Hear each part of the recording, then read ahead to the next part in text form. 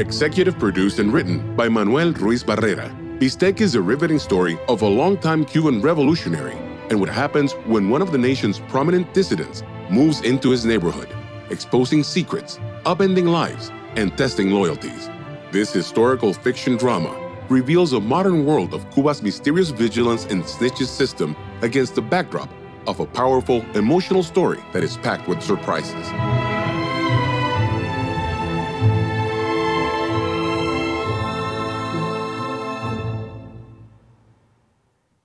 Dear listener, please be advised that this episode contains intense material, including graphic depictions of severe violence. Some content may not be suitable for children. Listener discretion is advised.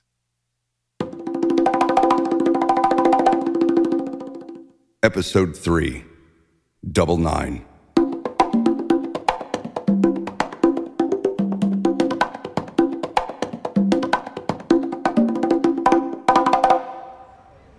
Interior of Micaela's house, Santa Clara, Cuba. The year is 2014. Micaela picks up the cassette tape recorder with practiced ease, smoothly manipulates it, and gently presses the record button. This is cassette number 3. For those who know the truth behind the facade, it resonates with untold stories. Orlando Contreras was for many years one of the most prominent dissidents on the island, even under strict state surveillance. The government had a special interest in him, among other reasons, because he was an intellectual. And as we know, all dictatorships always obsess about artists, poets, and intellectuals because they soar above the flock and push the conscience of the sheep. Contreras represented that historical and sensitive equation of a man who demands to live in freedom and who dreams of achieving utopia on Earth. That's why the government watched him rigorously, but also with caution. And dare I say, even with some respect.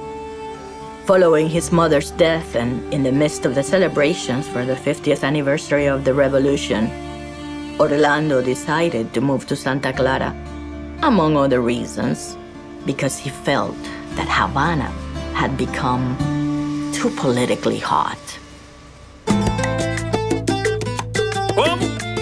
Pero si tiene tumbao. Y como dice. Orlando arranges some suitcases in the trunk of a car that's waiting to leave. As Orlando begins to walk back into the house, a woman approaches him.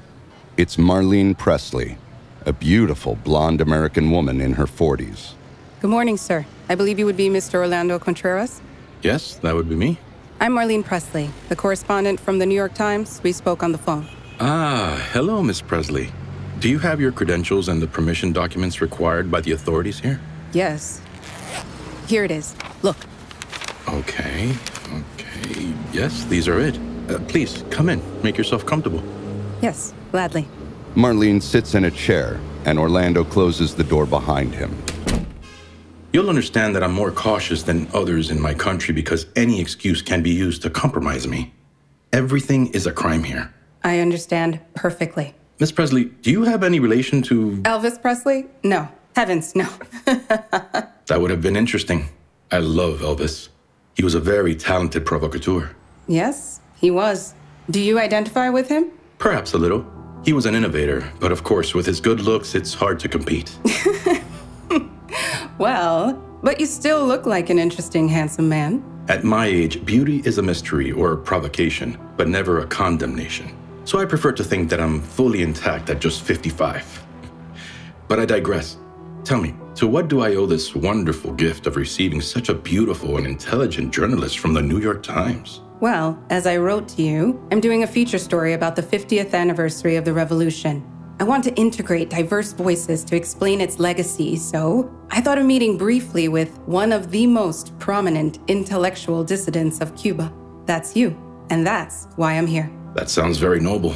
Some of my other dissident brothers and sisters could be as good as me, but I'm pleased to share a few words with you. In fact, I'm curious to know what opinion you have about Che Guevara. Well, actually, I don't think it matters what I think. I'm the journalist. I know that you are the journalist, Miss Presley, but it would be nice if you gave me an answer worthy of your beauty. Well, all right. I confess that it's a rather complex issue. On one hand, Che is revered and romanticized throughout Latin America and the world. He's the face, I would even dare to say the heartthrob of the Cuban Revolution. But on the other hand, he died fostering wars throughout the Americas with other Marxist revolutionaries. That's a very impressive, nuanced answer, Miss Presley. You're someone I can converse with. I guess I should say thank you? Yes, that was an intellectual's compliment. Look, I'll be honest with you. Dissidents are tired of that romanticized view that journalists, Hollywood, and academics have about the revolution. That's why it gives me comfort to suspect that you don't consider Fidel Castro or Che as sex symbols or as the Robin Hoods of this country. That playboy view the mainstream holds has done us a lot of harm. I assure you that my only agenda is to capture something fresh about the revolution for my report. I'm told that you have a special way of talking about the realities lived here. Let's start with the reality that Cuba is a prison controlled by a beast inside, which is symbolic of the state apparatus. The beast has eyes everywhere to detect the slightest sign of dissent. It watches, smells, and senses it. It's a paranoid and totalitarian beast. Okay, I'm following. Every movement, real or imagined, against the regime is like stepping on a branch in its forest, and these are noises that the beast cannot tolerate. Although it may appear weak, one must believe in the old Chinese proverb, the worst of the dragon is in its tail. I'm still taking notes. That's a powerful image. Let's continue with another profound lesson wrapped in a Cuban pastime. Do you play dominoes, Miss Presley? No. Why? Well, dominoes are a very Cuban thing. You know, especially our version, which is what we call the double nine. Ah, okay. So all over the world, they play with the smaller set of dominoes, the double six. But we Cubans are naturally extravagant, so extended the game to the double nine. I'll be honest with you, the double nine is more fun and more challenging. Do you know why we play with the double nine? No. Accompany me to the window. Let me show you something. Orlando and Marlene approach the window. We hear the whispers of the neighbors and people playing double nine dominoes more closely. Just as playing double nine is imposed here, this image of the people is a perfect portrait of the dictatorship. But why do you say that? I only see people concerned about a domino game. On the surface, yes, but look deeper and you'll discover that everyone here is paranoid or jealous of each other. No one trusts each other. Moreover, we have a very powerful saying here, and I actually believe the government created it to make us even more paranoid and quiet. For every 2 Cubans, 1 is an informant. Wow, that's a tough one to think about. Is that what's driving you to leave the country? Who said I'm leaving Cuba? No, I'm just moving from Havana to my mother's hometown. That is in central Cuba, in Santa Clara. She passed away recently and left me her house, so I'm transferring my work there. Anyway, it's too hot here in Havana. You understand? I would like to better illustrate to our readers who dissidents are. How would you describe that? We are representatives of human rights in autocratic countries like Cuba, and in that way, we are a light in the darkness. We inform the world about what is really happening here, beyond the cultural and tourist propaganda that the dictatorship masterfully exports to the world. But Orlando, Cuba has had the same family in power for 50 years. Sometimes, don't you feel like your work is perhaps futile? Despite the fear, there's an instinct that drives us to fight for a better future. Perhaps we are like Don Quixote, but the alternative is to let despair completely take over our country? Don't forget that a small candle can illuminate an entire dark room. That's what we represent. And sometimes we've even seen that our work has literally saved the lives of people who, without us, would have died or disappeared. So what's the outlook for your own life? My options are several. Play double nine, go to jail, die, or flee into exile. Exile is the option the government desires most, but it would mean a total defeat for me. It's not even an option I would ever consider. As Orlando finishes speaking, Orlandito, his teenage son, arrives from the house. Papa, I finished packing. We need to go. The car's waiting for us. Thank you, son. I'm coming. Marlene, I regret that we only have moments to get to know each other, but don't forget to share the insights I gave you. write about the beast, the double nine, and the mechanism of fear and distrust disguised as revolution. These are the true legacies of this endless dictatorship, and it's worth understanding and explaining this to the world. Orlando, I will take what you said very much to heart. It's been a profound pleasure. I bid you farewell, and will leave you with a verse from our apostle Jose Marti. I know of a deep sorrow among the sorrows unnamed. The enslavement of men is the great sorrow of the world. Good day, Miss Presley. Marlene nods and exits through the door.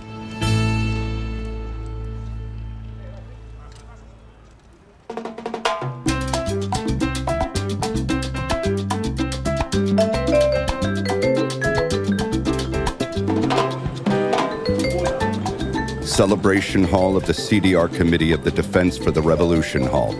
It's the official 50th anniversary of the Cuban Revolution. There's a lively atmosphere with people laughing and eating in the background. The 50th anniversary event was filled with celebrations venerating, of course, Fidel and El Che, the icons of the revolution. Throughout Cuba, all you could hear was, "Long live the revolution!" in songs, on billboards, parades. Oh, God, this is the celebration I've most despised all my life. For the Chauri, who was the very best snitch in Santa Clara, the anniversary was like reaching the pinnacle of his faith in the revolution. A singer in his 40s is on stage in the venue and is encouraging people to praise the revolution with him. ¡Viva Fidel! ¡Viva! ¡Viva Raúl! ¡Viva! ¡Viva el Che! ¡Viva! ¡Long live the revolution! ¡Viva! ¡Viva Cuba! ¡Viva!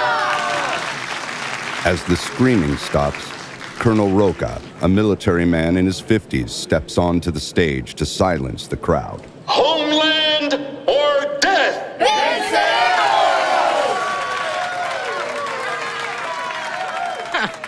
That man you heard on the microphone was none other than Colonel Ramiro Roca, the most powerful leader in the province of Santa Clara, and a war hero as well. How beautiful it is to see the love you have for the revolution!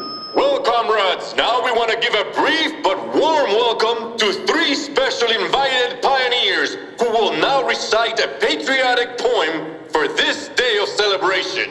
Julia, Pepito, and Lenin. The crowd applaud as a girl and 2 boys climb onto the small wooden stage. The children begin their performance by stomping their feet 3 times.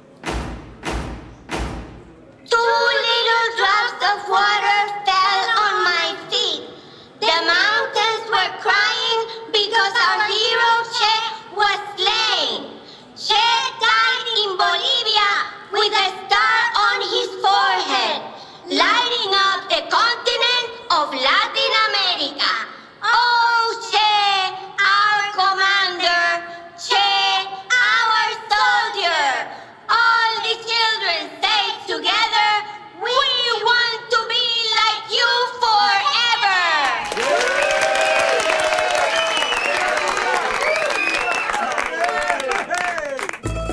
Meanwhile, one of our dearest, the neighborhood ideologist, Vizcaíno, El Visco, because he was cross-eyed, met a Chauri at the celebration. Hey, Chauri, let me introduce you to Hortensia, a comrade from Venezuela who, apart from being the prettiest doll at this gathering, is a very important person in Venezuela. She is charged with training all the revolutionary defense committees in Caracas. Oh, well, what a pleasure, Comrade Hortensia. I'm Chauri Suarez, and I'm here to serve you. Same here, comrade. Hortensia, Chauri is the president of vigilance in my neighborhood and is respected by all the vigilance leaders of the province, you see. Comrade, I was wondering if you could tell me what it's like to be an exemplary CDR president. Well, I suppose, Comrade, that my philosophy is simple.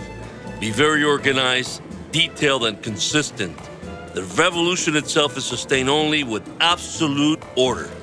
Chauri is quite good, but his only weakness is that he doesn't crack down on the neighborhood's only opposition person, a woman called Micaela. She's the mother of a political prisoner. Well, excuse me, Conrad, but that's not true. I am firm with everyone, but I believe that if certain neighbors don't bother the order I've established, and she actually never causes problems, except that occasionally she has a Bible study at her house. I have no reason to say anything to her. It's that simple. That has always been my revolutionary principle. And I try to set an example for everyone. Echauri, I would love to spend an afternoon with you to learn more about your surveillance secrets. Can we perhaps meet up this week? Of course, comrade. It's always a pleasure to support my Venezuelan brothers and sisters. But I suggest you have the training with Coronel Roca, who's coming over now to greet you. He's actually the best person to guide you. You are the most beautiful revolutionary in the room, so you must be our friend from Venezuela. Hortensia, I'm Colonel Ramiro Roca at your service. Those kind words, Coronel. Colonel Hortensia would like a tour this week to learn how we handle vigilance. And I was just saying that you could be the ideal guide. Well, of course, my Hortensia. I will personally take care of that with you. And yes, this week is great for me. It will be an absolute honor to train you in how we manage surveillance to preserve the revolutionary conquest. That's excellent, Colonel. I can't wait. Now, if you'll excuse me, I have to step onto the stage. But I do look forward to being with you, and to learn things together about our revolutionary ways. Colonel Roca goes to the stage and taps the microphone a couple of times to get the crowd's attention. When the history of the revolution is written, I suppose the wise historians will say, "Damn, those Cubans had big cojones!"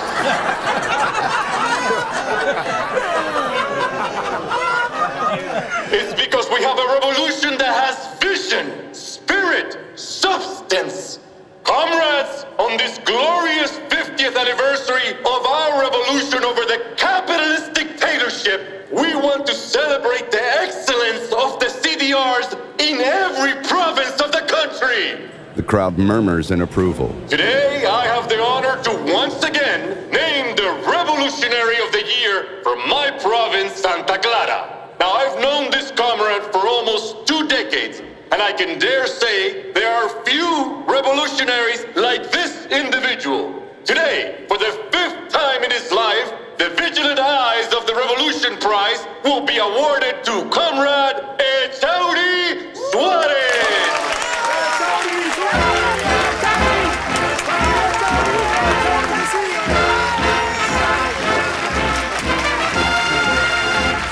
The crowd gives Echauri a standing ovation as he steps onto the stage and receives an award. Thank you, comrades. Truly, thank you very much. Echauri, this week we're going to throw a huge party for you in your neighborhood, so all the CDRs can come celebrate you with your neighbors. How do you feel, Echauri? Comrade, I'm just speechless. I'm so very honored to serve my country. Our homeland is my life. Truly, thank you, Colonel Roca, and thank you, comrades. Long live the revolution! Long live Fidel!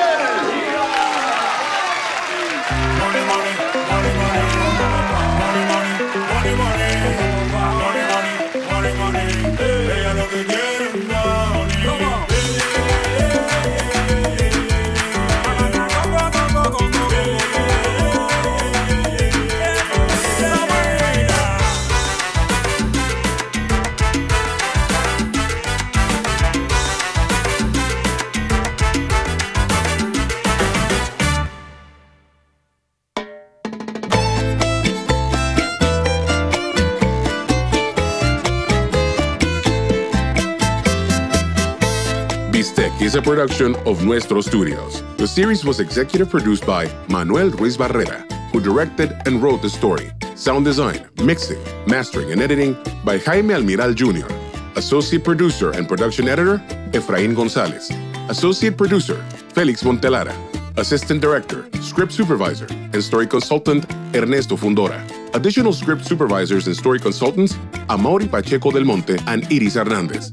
Alberto Badey composed our score. Marketing design, Iram Enriquez. Partial casting by Ana Braga Morfi. Media and distribution through Nuestro Stories and Audio Dice Network.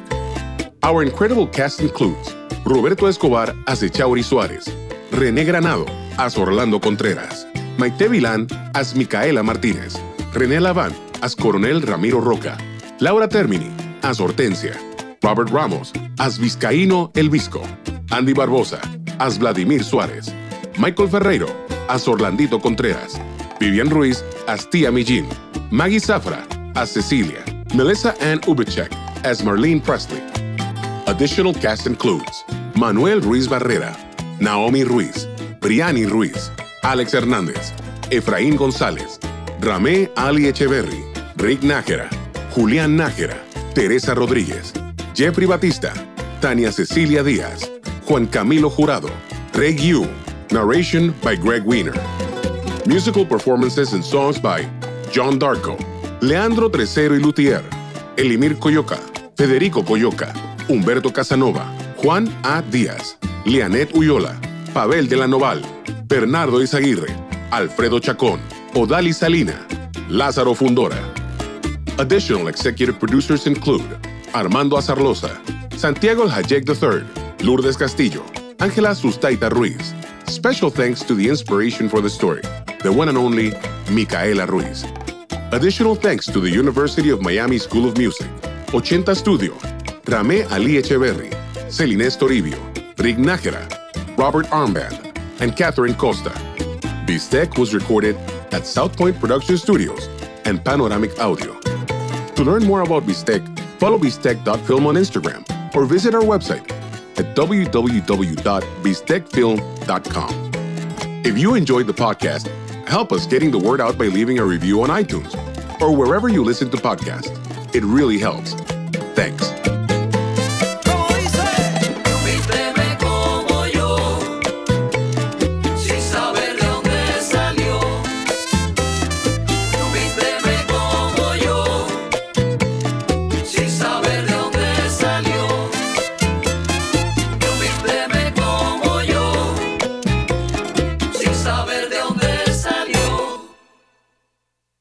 Copyright 2024 Brilla Media Ventures LLC. Any use of this intellectual property for text and data mining or computational analysis, including as training material for artificial intelligence systems, is strictly prohibited without express written consent from Brilla Media Ventures LLC.